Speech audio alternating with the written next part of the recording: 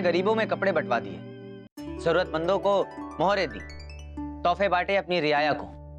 लेकिन अब हम और ऐसा क्या कर सकते हैं कि हमारी रियाया का हर एक बंदा खुशियों से लबरेज रहे।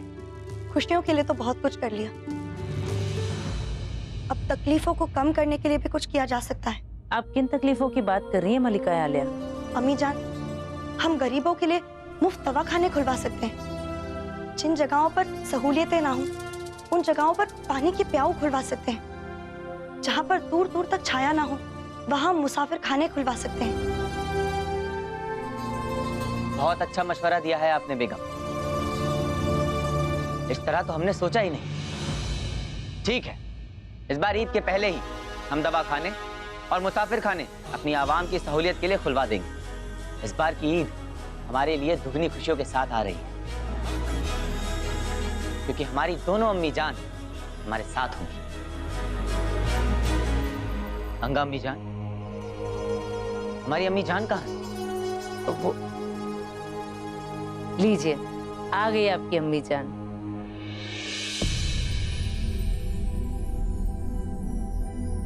अस्सलाम वालेकुम अम्मी जान।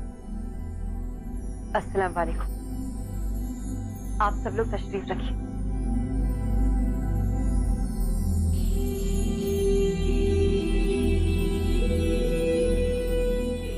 अम्मी जान, ये आपके हाथ में क्या है? ये खत है अकबर, पैगाम है आपके लिए जो आपके मरहूम अब्बा हुजूर ने लिखा था और हमसे कहा था कि आपकी 15वीं ईद पे आपको दिया जाए।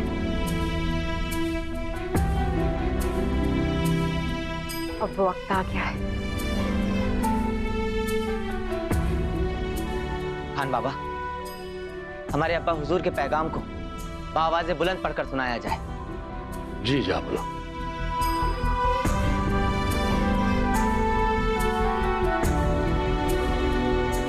बादशाह अकबर, बादशाह अकबर, बादशाह अकबर, मदद कीजिए हुजूर, मदद कीजिए।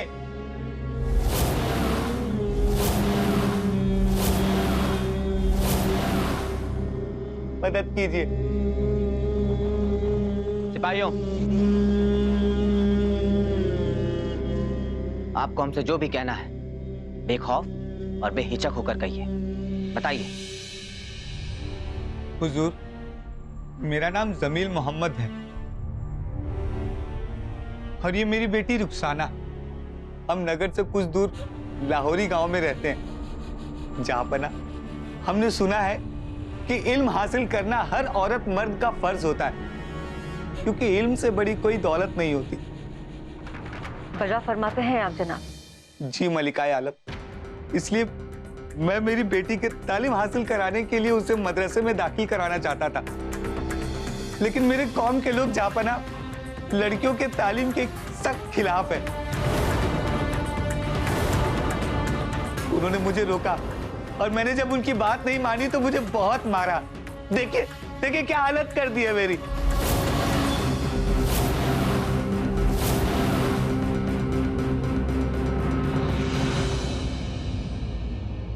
आपके साथ जो कुछ हुआ है वो बेहद अफसोसनाक और शर्मनाक है। लड़का हो या लड़की, तालीम हासिल करने का हक सबको एक बराबर होता है। इसलिए हम जलालुद्दीन मोहम्मद अकबर ये अहद करते हैं कि बहुत जल्द लड़कियों की तालीम के लिए मदरसे खुलवाएंगे।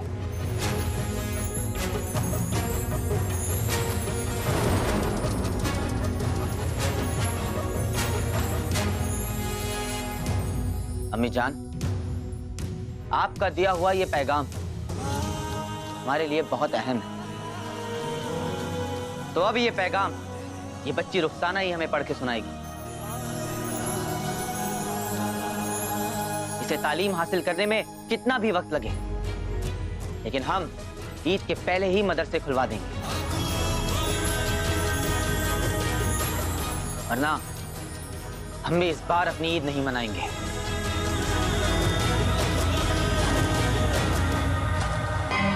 इन औरतों के तो काम ही यही होते हैं कासिम मियां, झाड़ू लगाना, पोछा लगाना, खाना बनाना, घर संभालना और बच्चे पैदा करना। इस अकबर का दिमाग सनक गया है क्या? वो क्या बोल रहा था वो वो औरतों की तालीम। हम जलालुद्दीन मोहम्मद अकबर ऐलान करते हैं, क्या खाक ऐलान करते हैं, कितनी भी तालीम दिलाओ औरतों को, लेकिन करना है तो चूल्हा चौकाई। हाँ कासिम मियाँ, ये सिर्फ शाही खजाने की बर्बादी है और कुछ नहीं। अब मदरसा बनने के लिए पैसा कहाँ से आएगा? शाही खजाने से। कभी खैरात, कभी मदद, और अब ये मदरसा।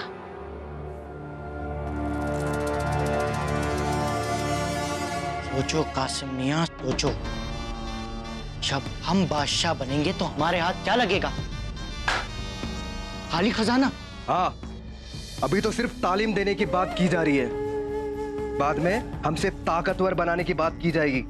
फिर वो लड़कियां हमसे कंधे से कंधा मिलाकर खड़ी होंगी, और नतीजा, जब बादशाह अकबर गद्दी से उतरेंगे तब गद्दी कौन संभालेगी? रुकैया भाभी जान। नहीं नहीं कासिम मियाँ, नहीं। कली को फूल बनने से पहले ही दांतों से दबा देना बेहतर है। अच्छा है, लड़कियों के तालीम के लिए मदरसे। वैसे हमारे सरताज खुद कब तालीम याफ्ता बनेंगे? अगर आप हमारे मदरसे में होते ना, तो लोग आपका मजाक बनाते।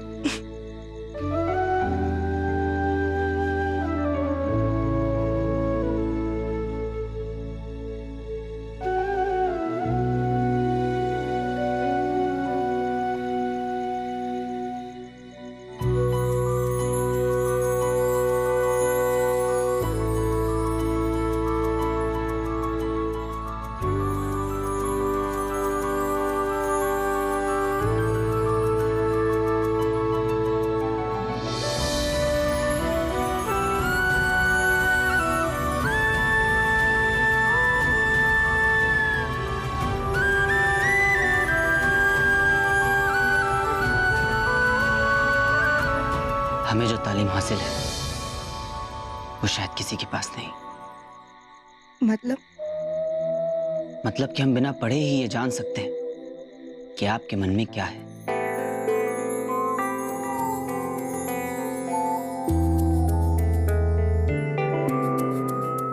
आपकी आंखों की भाषा पढ़ के तो हमें और किसी किताब को पढ़ने की क्या जरूरत है? क्योंकि ये पढ़ाई सिर्फ हम तक महदूद है सरताज। बेगम, आप हमारी जान है, हमारा जहान है। आपको पढ़ लिया तो सारे जहां को पढ़ लिया।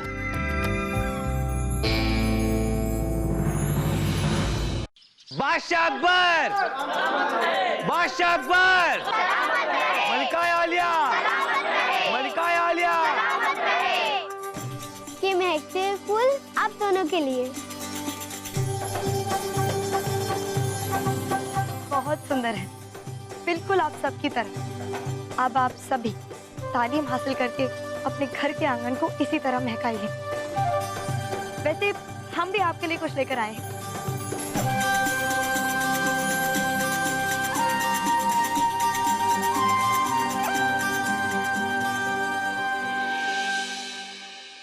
सबसे बड़ा तोहफा होता है तालीम।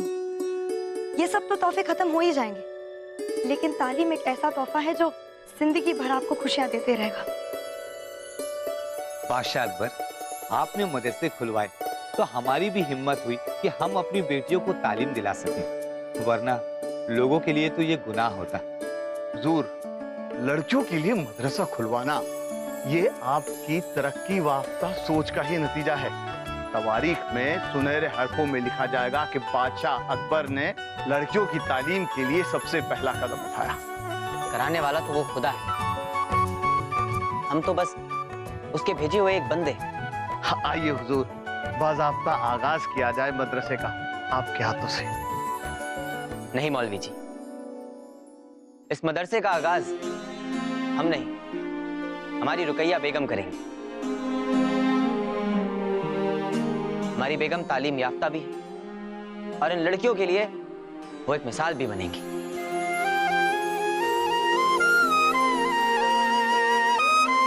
आइए।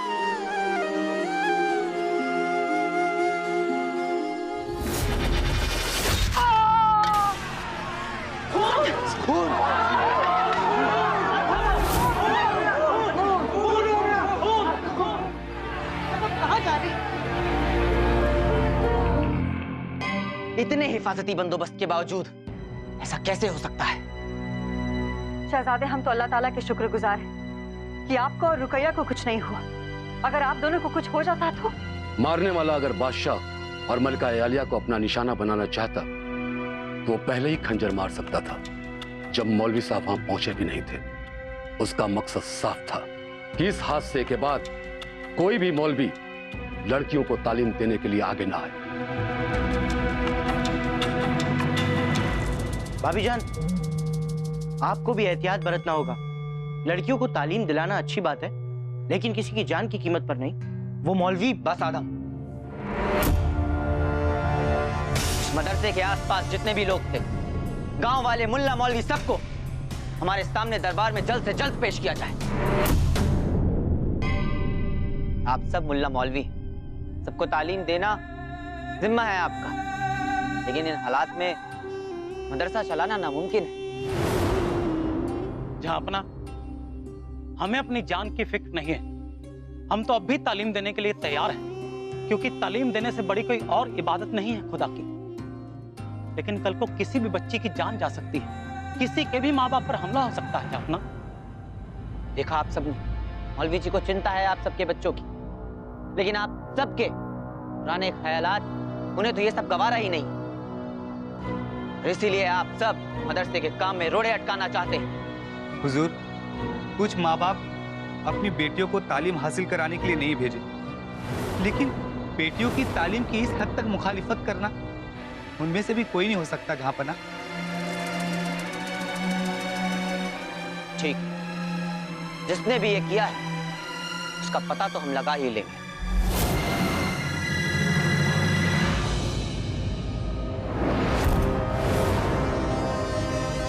जलाल, हम जानते हैं ये खंजर किसने बनाया है। किसने अम्मी जान? कुछ दिनों पहले हमारी सल्तनत के शुमाली हिस्से से एक कारीगर आया था। वो हमारी फौज के लिए हथियार बनाने का काम चाहता था, लेकिन हमने उन्हें मना कर दिया क्योंकि उसके हथियार अच्छे और माकूल नहीं थे। और ये देखिए, उनकी मोहर भी है। कहीं ये उसी का काम तो नहीं? बदला लेने की नीयत से उसने ही ऐसा किया होगा। उसके निशाने पे हो सकता है कि बादशाही हो, और हम ये सोच रहे हैं कि लड़कियों की तालीम की मुखालफत करने वालों का ये काम है। खान बाबा, उस आदमी को हमारे सामने जल्द से जल्द पेश किया जाए।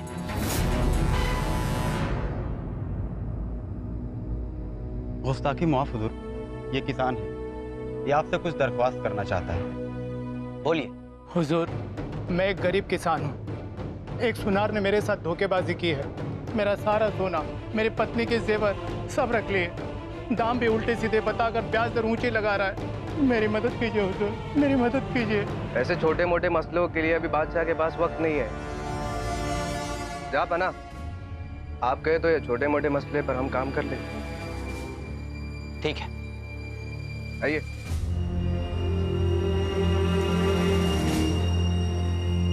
जिल्लेलाई, हम भी खान बाबा को देख कर आते हैं कि वो उस लोहार को लेकर आए कि नहीं।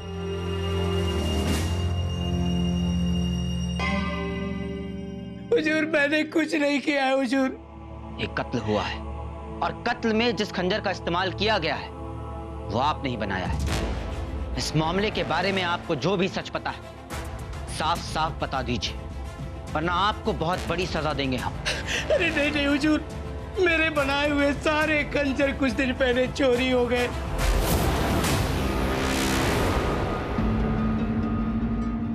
अब चाहे तो वहां के दरोगा से पूछताछ कर सकते हैं हुजूर। मेरी शिकायत वहां दर्ज है। हुजूर, मैं बेकसूर हूँ हुजूर, बिल्कुल बेकसूर हूँ। आप मेरा यकीन कीजिए। पर हुजूर, एक बात मैं आपको बताना जरूरी समझता हूँ। हमारे पास कारोबार करने के लिए कुछ भी नहीं बचा था, इसलिए हमारी दुल्हन अपने सारे गहने गिरवी रखने के लिए एक सुनार के पास गई, और उसने अपने कान के झुमके गिरवी रखने को सुनार को दिए। सुनार ने उन झुमकों की जांच पड़ताल की और गिरवी रखकर कुछ असरफियां देकर एक कागज पे अंगूठा लगवाया। और जब वो बाहर आई तो उसने सुनार के पहरेदार को देखा उसके हाथ में जो तलवार थी वो बिल्कुल वैसी ही थी जैसी तलवार चोरी हुई थी। और जब पहरेदार ने उसे घूरते देख इशारों में पूछा तो मेरी बेबी बेचारी वहां से हड़बड़ाते हुए लौट आई।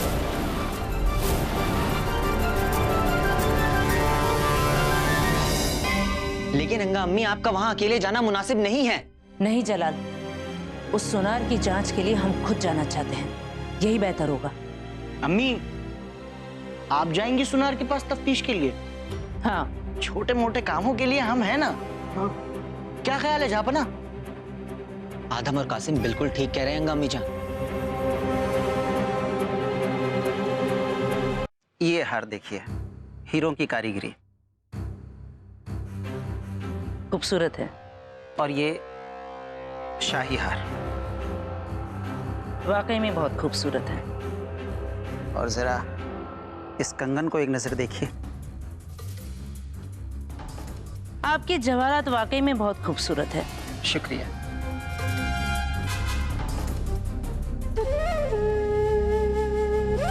इसी सुनार की दुकान में अम्मी जान आई है कासिम मियाँ, सारा संभल के।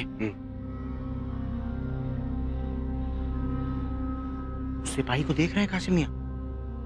उसकी तलवार पर उस लोहार का निशान है कि नहीं देखते हैं।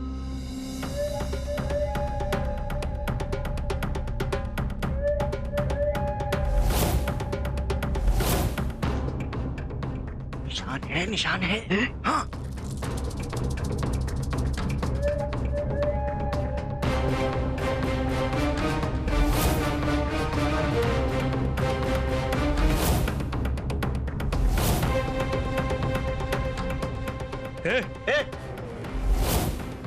क्या कर रहे हो? क्या इरादे हैं?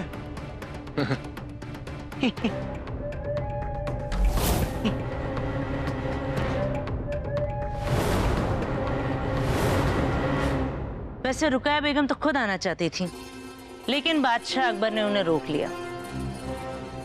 तो हम नमूने के तौर पर कुछ जेवरात ले जाते हैं, लेकिन हम उनके पूरे दाम चुका कर ले जाएंगे। फिर रुकैया बेगम को जो भी पसंद आए उन्हें ज्यादा तादाद में बनाने का हुक्म दे दिया जाएगा। शक्ल सूरत से तो बड़े बहादुर सिपाही लग रहे हो। अब कासिम मियाँ, खड़े होने का अंदाज देख रहे हैं आप, बिल्कुल शाही सिपाहियों की तरह। क्या बात है। लेकिन ये जो आपकी तलवार है ना, बड़ी देसी है, घटिया किस्म की। कोई चोर उचक्का या दुश्मन हमला कर देना, ये एक ही झटके में टूट जाएगी, समझे कि नहीं?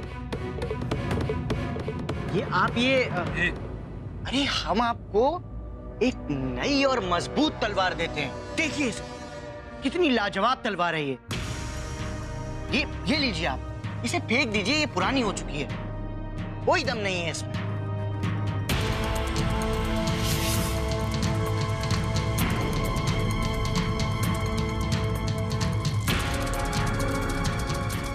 ओहो, ऐसे क्या देख रहे हो भाई?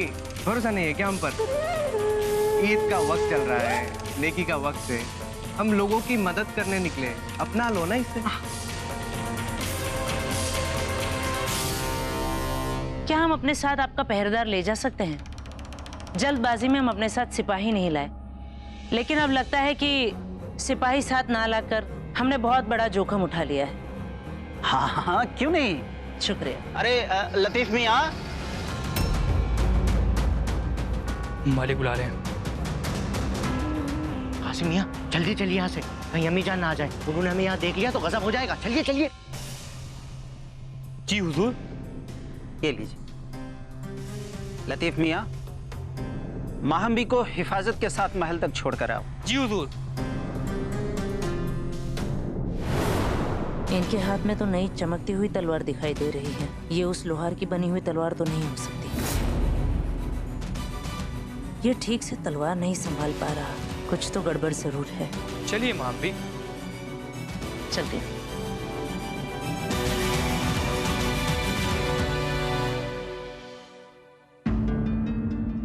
ये क्या है?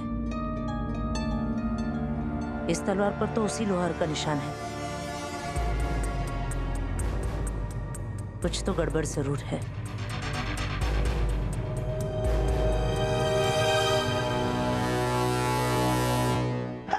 के लिए भूखे की मदद कर दे मालिक।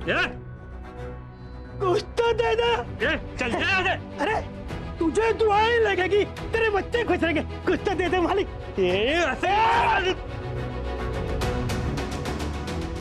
कौन है?